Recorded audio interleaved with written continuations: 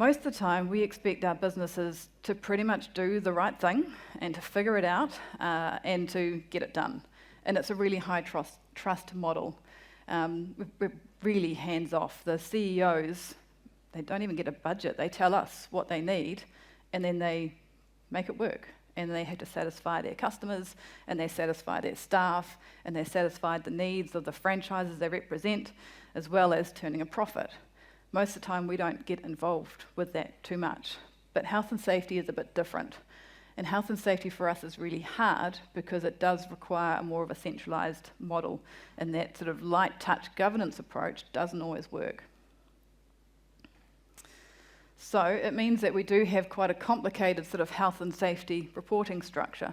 Most of the time for our dealerships, there's a dealership CEO, and they're the person that's responsible for getting that dealership operating and working, and they have almost all their decision-making ability there. They employ a health and safety coordinator. More recently, that is a specialist person and is often shared between nearby dealerships. In the past, and for some of our smaller dealerships, it still is the accountant or the service manager who takes on that role, providing that leadership, providing the bit more depth of knowledge, providing that administration support. And this is where it gets complicated. My role as GM of People, Process and Technology, it's too long to put on the slide.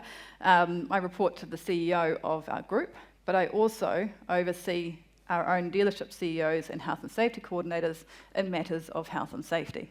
I have a specialist who helps me out, and he has a lot more knowledge of health and safety than I do. His name is Craig Smith, and he is awesome. He also deals directly with the health and safety coordinators as well. And so you can sort of start to see that everything hangs on those relationships, and it does make it complicated. And I can see a few of you nodding, so probably that's the same in your businesses too. We do have an external board as well.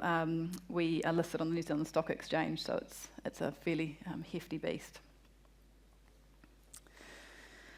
So how we've rolled out health and safety across our group is really by setting a whole set of clear expectations.